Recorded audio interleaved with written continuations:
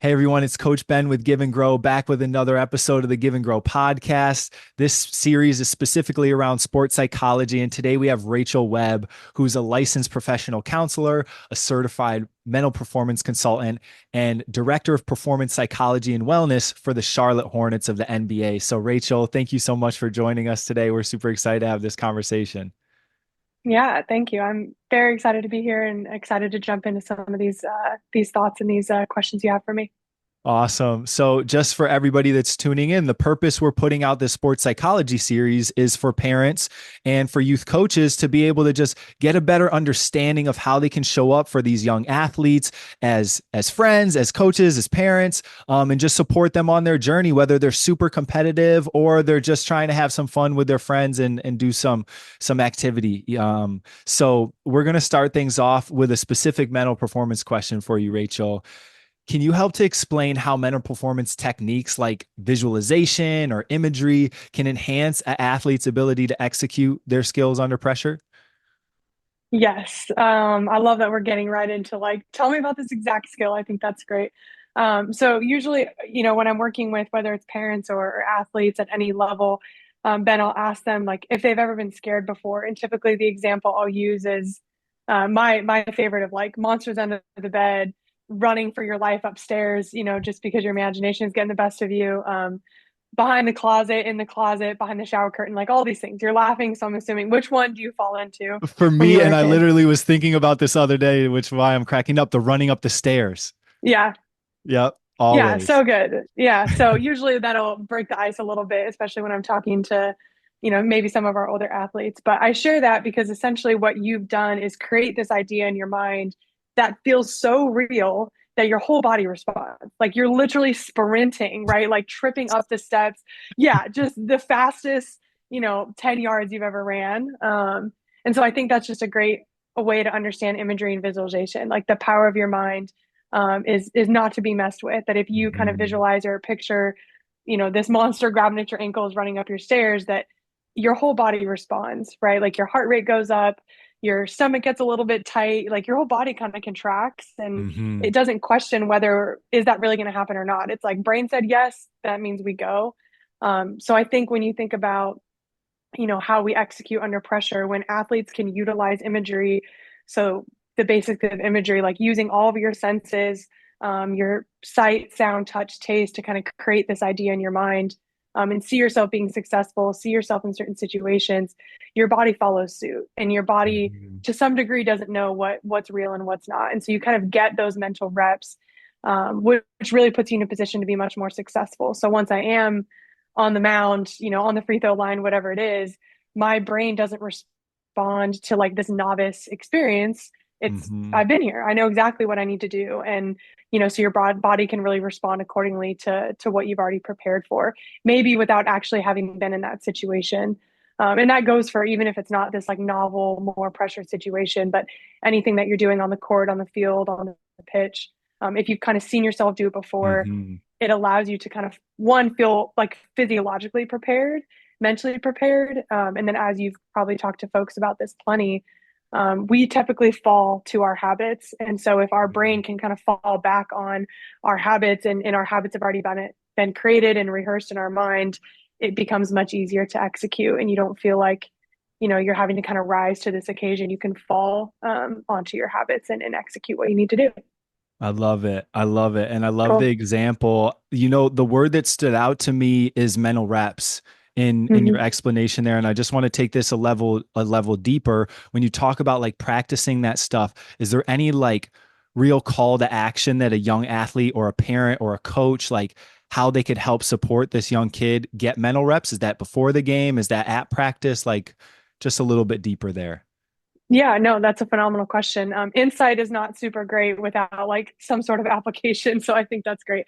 I think if we're first introducing this, sometimes I have athletes start with film, like seeing. Sometimes it is a skill, right? Mental skills are something you have to practice and work on consistently. So sometimes a gateway to that is, are you watching more film? Like watch your highlight reels, and then help kind of start to put yourself in that position, start to see yourself Mm. doing those same exact plays or going through the same exact situations. It's a nice way to start.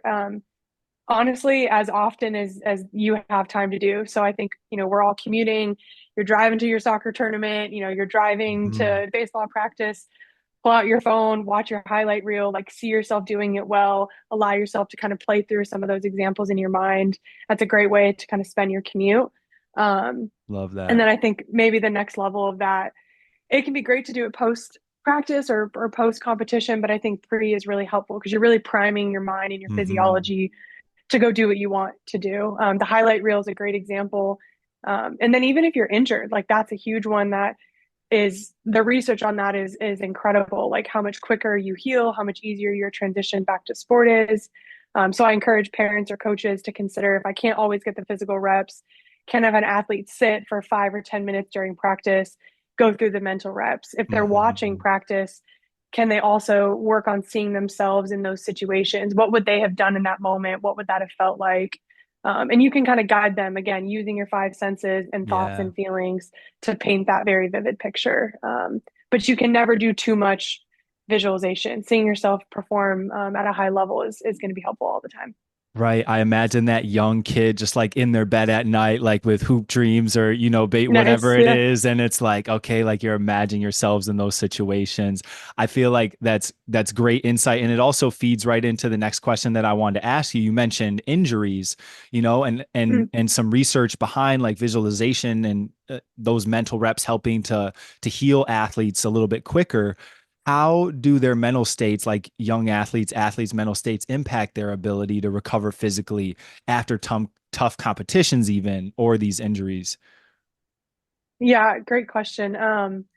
First, when I think about, competition or injury, and someone's mental state, it kind of brings up this idea of stress. So if stress is stress, and essentially it means that I'm having to use resources to deal with something. So your kind of competition is usually a little bit stressful. It's more demanding. Injury a little bit more stressful, a little bit more demanding. And so if my mental state is also not well, I only have so many resources to give, right? I only have so much in my tank. And if I'm having to manage my mental state because it's not good, that only leaves me so much in terms of managing my injury or physically, right? And managing these competitions. As much as we want to separate the mind and the brain is over here and then the body is over here, like I'm going to break it to you guys right now. Like Right. you are one, you are fully connected. So, when you think about resources, you have to allocate. Hmm. And you want to be able to spread out that fuel. And so when we have a really good mental state, the first thing I think about is it just makes it easier to allocate energy and resources to everything else, the competitions, the injuries. I think the other big piece that comes up with injury is, your mental state really defines your experience. So if I'm in a really negative mental space, let's say I'm kind of falling privy to this like super black and white thinking, all or nothing thinking, catastrophizing thinking, that is going to directly reflect how I feel my rehab is going as well. And so Hmm. if you're thinking about your pain tolerance, if you're thinking about what it's going to be like to get back onto the court, your whole perception of that is being filtered through your mental state. And so being able to have like a very balanced perspective, being able to have very flexible thinking about your injury and coming back or what competition is ahead of you, being process oriented, like all these different concepts, Hmm. decide how well things are really going to go for you. And so definitely not something to be underestimated when it comes to managing that and how important your mental state is and in living and going through like all these different challenging situations. Yeah, it sounds like you mentioned like process oriented, like a more Hmm. balanced approach, which to me sounds like honoring that this kind of sucks. Like I'm injured, like, and also there are things in my control that can help me speed Hmm. along this process to come back strong and ready. There's healthy ways to think about this, and Right. and I feel like that is such a powerful thing that a parent or a coach can help to foster in a kid because that's their support system. They're the ones that are Absolutely. there on those days where it gets tough. And so yeah, I just really appreciate your perspective and just like acknowledging that, all aspects of this injury, all aspects of the comeback. Yeah. Yeah. I think in parents and coaches, you spend so much time with your kiddo and with your athlete. And so there are going to be hard days. Don't get me wrong. I think the idea that your mental state is always going to be prime and amazing and you're just, this absolute go-getter regardless of the injury that maybe you're dealing with, is probably unrealistic. But can Mhm. you still practice gratitude for what you can do? Can you focus your Mhm. attention? I just had this conversation with our own players, like your effort and energy follow focus. So Mhm. where you're focused, what you're focused on is everything, right? Like your effort and energy are going to follow that. So when I'm Mhm. focused on the goals that I set and that I'm accomplishing in my rehab process, when I'm focused on seeing myself compete really well and using a skill like imagery, if I'm focused on trying to be a really good teammate or learn something more about hoops that I wouldn't maybe have the time to do because I'm, more focused on how I'm going to be playing. If I can put all my focus there, all my energy and effort follows that. And then that's my lived experience, then all of a sudden I have Mhm. this great mental state. I'm moving through this injury well. I'm focused, on what it looks like to get back in the best place possible. I love it. I love that. Energy and effort follows focus, right? Beautiful. Yeah, we Beautiful. want it. We want it to be more complicated, and it ultimately isn't. It's like, No, it's like yeah, I'm yeah, choosing that recovery is my focus. My energy and effort's hmm going to follow that versus this sucks is my focus. My energy and effort sure, is going to follow that. I might fall into a slump or something like that. Just end up playing video games, eating junk, feeling sorry. The energy and yeah, effort follow the focus. I love yeah. it. I love it, Rachel.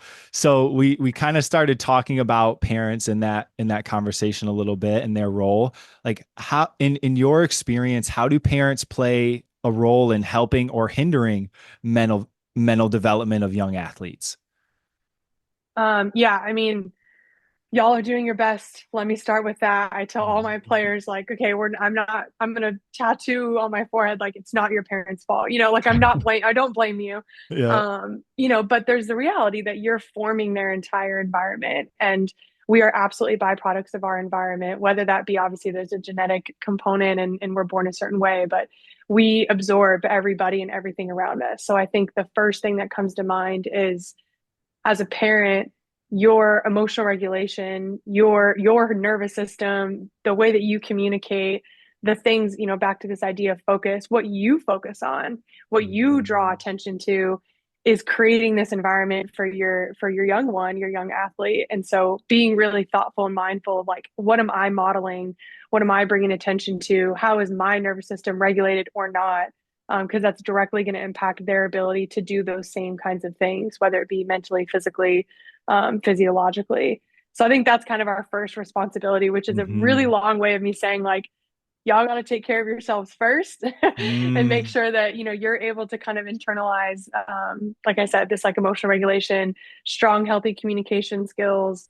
What do you value? Because what you value is what you're going to either consciously or subconsciously reward or punish.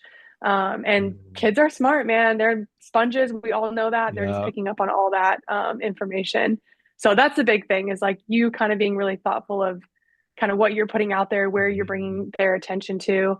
Um, and I think with the focus too, like what you're communicating with them is a really big deal. So I know it's huge in youth athletes, and I know this will make my life easier at this level. Is how we're teaching young athletes to process their performances. We want them to be process oriented. We want them to think about their goals in that kind of way, and maybe not be too outcome oriented, not be too black and white, not Mhm. only think about all the ways they have to get better, or only like how amazing they are. And we never talk about the things that they have to get better at. So, Mhm. what a parent emphasizes in terms of like when they're reflecting, what kinds of questions are you asking? Are you talking to them about everything that they did really well? And you can give them a chance to focus first and foremost on their strengths and what they're learning and how they're growing. And that's what's going to foster motivation. That's what's going to give them that dopamine hit they need to kind of keep coming back. And then are you taking a little bit of time to think about what would they do differently? Like, how can we learn from Mhm. this situation, whether the game went objectively great or not great? Like, what do we want to learn? And then a big piece at a young age too is like, how do I want to apply what I've learned? How do I want to use the strengths that I've identified?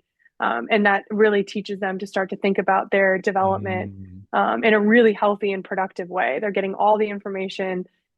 They feel supported. They feel like they're growing, and they feel like they have control because now they also have a plan. If Right. I wasn't really getting my feet under me, and so then my shot was off all night, like, okay, great. Instead of me harping on, I can't shoot the ball and this is not going well and maybe I'm not a shooter and all of a sudden we're Mm, into this identity crisis on that drive home.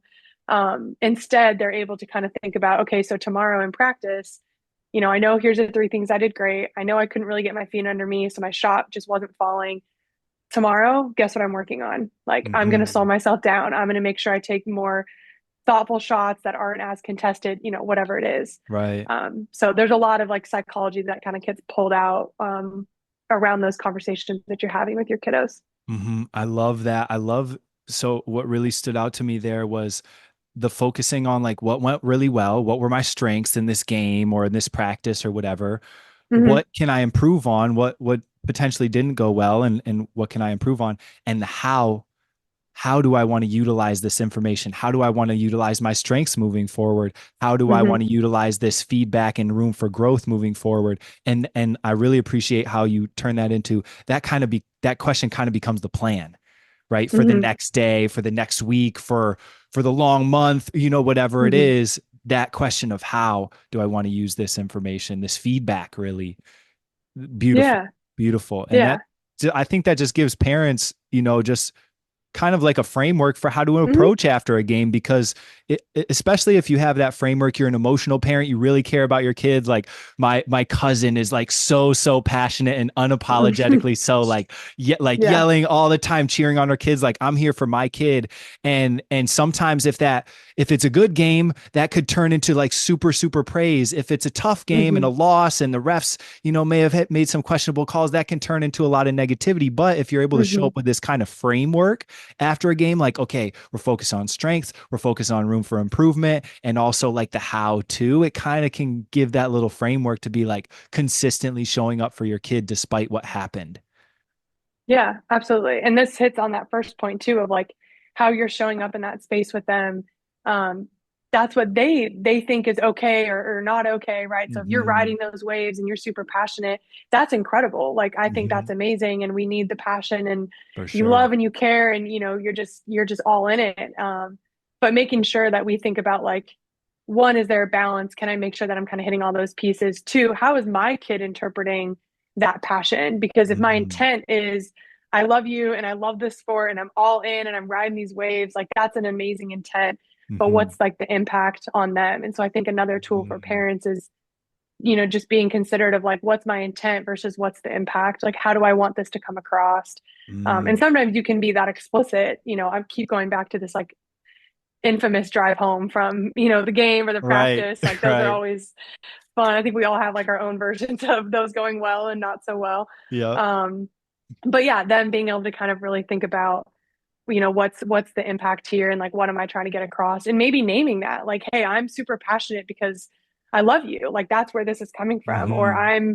I just love basketball, like Right. that's great. Like name that, like not always even assuming that your kiddo knows that they're riding the waves just because it's fun to ride the waves. Like it's being a Right. fan and that's part of sport versus them being like, dad doesn't love me today. Like Mm-hmm. dad's not a Yeah. fan because he's low and I'm low and now we're all low and now everything's bad. And again, that might not be the intent at all. It could be the opposite. So just even using your communication to kind of name the things that are going on for you and like those interactions with your son or your daughter. Yeah, I love that. And what was coming up for me as you're talking about intent versus impact, like what was my intent, what was the impact that was had, voicing the intent and asking for the impact Yes, from the kid, right? Like 100%. how is me cheering for you? How does that feel for you? How does That's me great. yelling at the refs feel for you? Like Yeah. and just How's that really going be for you out there? yeah, exactly. Yeah. And some kids, like, hey, they might be like, you're all in. I think it's hilarious. It kind of Right. makes the moment funny or makes it serious. Or they're like, you know, no, not not the Not most not feeling productive it. part of this game. Yeah, yeah, Yeah, when you got yeah. kicked out of the game, like wasn't Sure. my favorite part of the day. Yeah.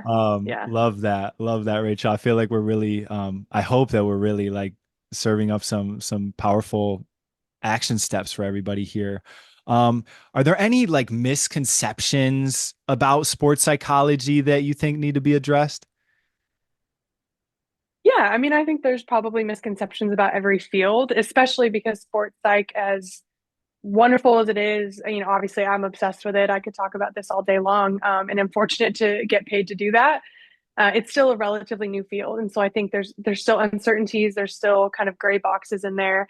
I think a couple of them that come to mind is one, sports psychology being either only for athletes or like only for people who are struggling, right? We even talk about like big pressure situations, which is assuming someone's not handling that, or injuries, like really devastating things, games not going well. So I think we tend to lean on the psychology of sport when we feel like we really need it and there's like kind of nowhere else to turn. And so I think that's one misconception. And how Mm, can we be embedding this throughout practice, talking about this proactively? Like, I'll challenge coaches.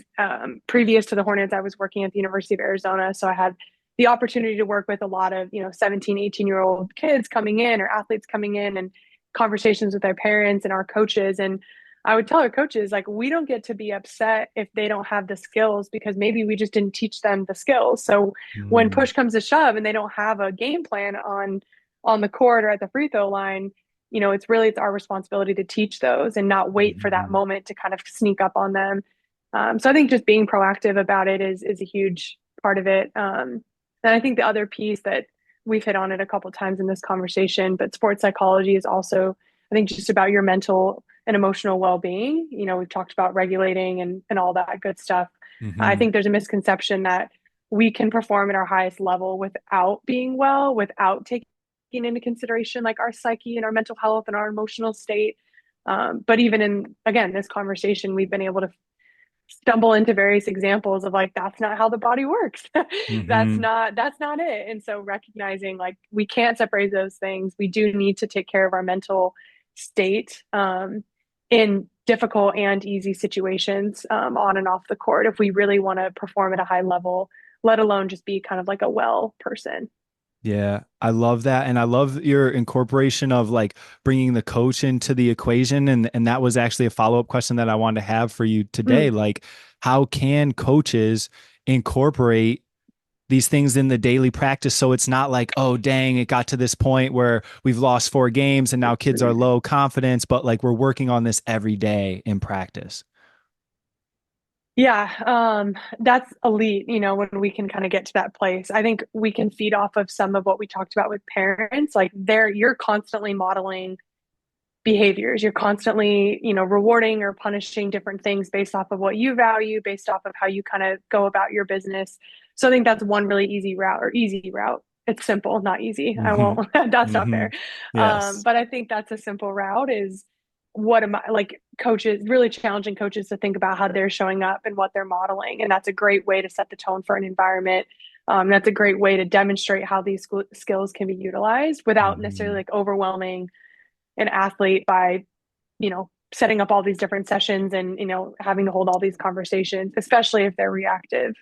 A couple other things that come to mind, being able to embed it into practice, I think is a big deal. So great to be able to sit down and have these conversations. But I think when you're, let's say running a drill, make the drill impossible if they don't communicate. And now all of a sudden you Hmm. have this like amazing debrief conversation about why wasn't it successful and have them lead the conversation. Like ask those open-ended questions, get them to critically Hmm. think about how they're communicating, why or why not. Like that is a mental skill. Like it's self-talk, but it's also how am I sharing information with other people? And Hmm. that's a great avenue to be able to talk through instructional self-talk. Like it doesn't have to be rah rah, and it doesn't have to be just pointing out the mistakes. Like teaching them productive and instructional self-talk through a drill and how they do it with other Hmm. teammates, like really create some platform and create some reps that feel maybe more natural, like on the court. Um, and I think you can do that with a lot of different mental skills. With if you're watching film, for instance, again, asking them questions. What would you do here? What are you thinking? How would you want to feel in this moment? What have you been doing to kind of prepare for that? And they might have the answers. And now you're getting kind of this peer-to-peer coaching, like, hey, when I'm at the free throw, I do X, Y, Z. This is why. Hmm. Amazing. Like take it or leave it, but maybe two or three athletes are like, okay, like that's why he takes a breath, or that's why he says this right after he makes or misses the shot. So Hmm. incorporating it even into film, I think can be really helpful too. And a lot of it comes down to like debriefing certain situations and really just calling attention to where's your head at? What are you focused Uh-huh. on? What is your self talk? How is it coming out to other people? How are you preparing for certain moments and like really bringing to light that those are possible to be doing throughout practice. I love that. And I love and I feel like simply like summarizing in the way I'm receiving everything that you're Hmm. saying is like just bringing a focus of the mental and emotional side to the practice through your questioning. Like 100%. like just having that like be part of your awareness because there's so many gems that you dropped in there around. You can ask them, how did it feel at the free throw line? What is your self-talk like? Where's your head at? Like it's all around this mental emotional. And I think you kind of can have a lot of youth court sport coaches that come in and are really potentially really knowledgeable around the physical aspects, having your elbow Hmm. in and these are the X and O's and having those be a lot of the main focuses. And those are a powerful focus to help your kids win games, which is going to be fun for them. And how much energy and focus are you putting on these? Where's your head at? How are you feeling? Yeah. You know, Yeah. that's Like I can have powerful. the best technique, and you're right. Like that's super comfortable for a lot of coaches to talk about, but giving them, yeah, like whether it's, again at the free throw line, like if you're thinking, oh my God, please don't miss, like Right. let's talk about how Hmm. hard it's going to be to make that free throw if you're sitting there saying don't miss. And Hmm. I've done a simple exercise, and I'll share it. Yes. Um, the what is the game called? Simon Says. So if Hmm. you take your team through Simon Says, I think everybody's played it before. I almost aged myself talking about this a couple months ago, but I think we're holding on tight to the youth. But you play Simon Says, you play the normal round. Right. I'm Simon. I say this, you guys have to do it. So the initial debrief you can pull from that. One, I think the best thing about debriefing anything is almost every answer is right. So you can just get anything out of whatever, whatever they say, like, oh, I thought about it in this way. And you're like, great, like sounds Right. good. Let's go with that. Hmm. But ideally, you kind of move them towards this concept of like, what I'm saying is directly impacting your behavior. So, like, that's the relationship between the mind and the body. What goes on up here Hmm. directly tells the body what to do, just like our running up the stairs. Like, your body's not like, well, hold on. I don't know. Like, it's just like along for the ride. So, Right. I think that initial like example helps you kind of articulate this connection and how important it is. Hmm. And then the next round, I'll have athletes I've worked with do the opposite of whatever I say. So if I say stand, they have to sit. If I say left arm, they have to do right arm, so on and so Hmm. forth. And so you see visibly like discomfort, hesitation, everything's a little bit slower, way more mistakes, honestly, because they're essentially trying to flip what I said to what they need to do. Hmm. This is where I'll bring in. So every time you're out there saying, don't miss, you're doing this mental gymnastics of like, okay, I just told myself to do this, but I actually need my body to do this. And I need to have this whole internal dialogue or hope my body's maybe just not listening to that, like, not great self talk. So, super easy way to like bring people's attention to this is why negative self talk is not super helpful because it doesn't really give your body the information that it needs to execute the thing that you care so much about, which in that moment is just making that free throw. Wow. I love that example. I feel like like that Awesome. should be like a youth coaching, every youth coach should be equipped with that because Like, let's start it's with this. yeah, let's start with this today. Because I think it can really, really set the tone for how that team's going to approach the practice, the season, right? Like, because you can always reference back to that. I absolutely love that exercise. Thank you for sharing that, Rachel. Yeah. I Yeah. have I have one more question for you. Let me see which one I want to go with. Uh, okay, once again on the youth coaches side of things or parents even, I think this can go both ways. Like how can you help these kids, these young athletes develop the ability to regulate emotions specifically during competition? Yeah, I keep saying the same line, but great question. So we've hit on this a little bit, and maybe there's a reason why that it starts with you. So we have certain parts of our brain that just mirror everything around us. So when you have a regulated nervous system, everybody around you is a little bit more regulated, like you feel Mm, like psychologically safe. And sometimes that's the idea of even having an embedded sports psychologist in teams is, ideally they are also a representation of this and there mhm, creates some level of safety and that helps athletes feel like they can regulate themselves because emotional regulation sometimes is about fight or flight, not feeling safe, right? I'm running up the stairs. Like those are all, that's a Hmm. dysregulation Right. that you're seeing. So part of it is like working on your own stuff. So that might be doing journaling. Like that's a great way. And this could be for your athletes as well. But journaling is a great way to build that self-reflection tool, be able to kind of create space between your thoughts and your emotions and the actions that you or behaviors you choose to kind of take from those. Hmm. And that can be a really great tool to help and just inform you of like how am I behaving, what am I thinking, like what's going on with me. And Hmm. so a lot of versatility there with journaling.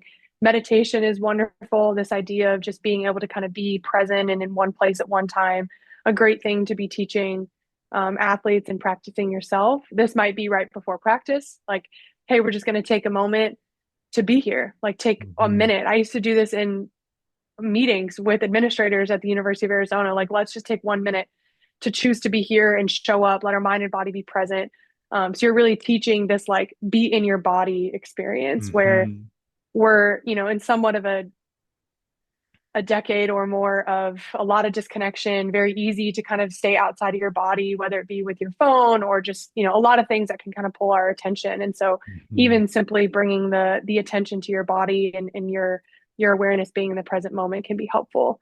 So that can be through meditation. It can be through various forms of mindfulness, a mindful walk, Hmm. a mindful conversation, a mindful meal. Like, let's only eat together. Like, Right. that's it. So now the coach is just like, hey, let's set our phones down. We're only going to eat together and we're going to be fully here. That will just give you so much more information about what's going on with you mentally and emotionally when you are really Hmm. present and in your body.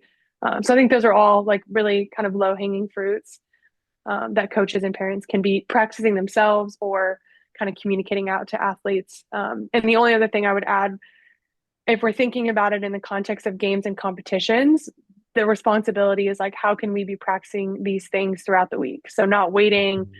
to say, calm down, like Right. as things start to elevate in the middle of like all bets are lost. Like I'll tell our group here, I'm like, if I'm useful on game day, I have not done my job, like I Uh-huh. don't want to be the one who's then coming in trying to teach this. So I think most coaches know like the more you can replicate pressure and chaos and nerves during practice, you can do that through imagery. You can do that through various types of competitions that maybe don't have anything to do with basketball. And then Hmm. you insert that like, let's practice, let's drink water, slow our mind down, think about Hmm. how cold the water is. And then we're going to talk about, I'm going to pull everything we've talked about, like, well, better how, and we're just going to process that information. Or I'm going to take a drink of water. I'm going to take 3 deep breaths to slow my like physiology down, Hmm. and then proceed and like implementing that into practice during water breaks after difficult drills, gets their body used to one, like using that skill. And then, Hmm. once we're in the heat of the moment, we can fall back onto that habit of, oh, I know Right. exactly what to do when I'm riled up, all systems go. Like I've got some of these skills. Yeah. Thank you so Does that much for. answer? Okay, Yeah, good. no, totally answers. I Cool. feel like you just gave out like 10 different things that people can like might resonate with different people. Like the journaling might be, oh yeah, like I can bring more of that into my day, or just like the 1 minute before practice, the hey, while you're taking this water break, really feel the water going into your mouth, really feel the temperature Yeah. of that water, be connected, and one last follow up because you mentioned it a couple times and I want to make sure everybody understands exactly what you mean because I think it's a Mm, powerful focus where our energy and effort, can follow, right? Is that regulated nervous system.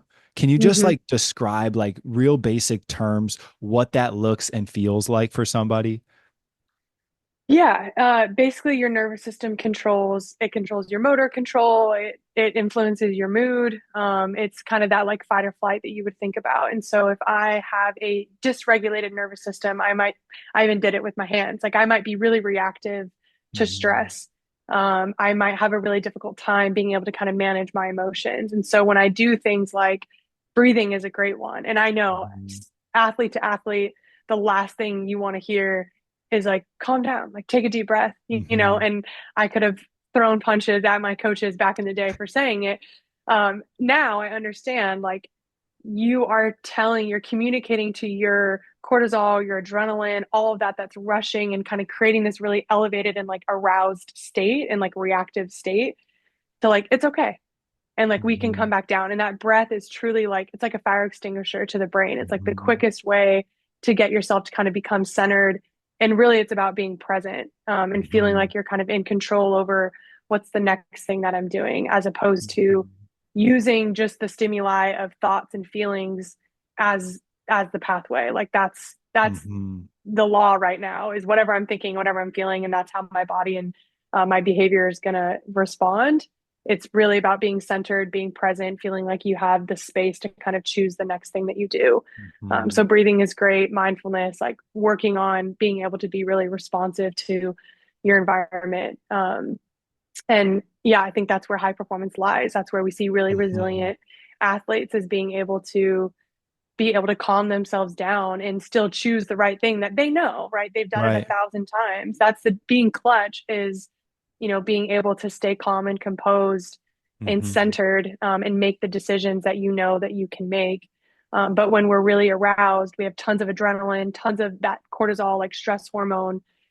Our brain starts to move really quickly. We Mhm. kind of shut off our recall, so we really can't even pull that information forward.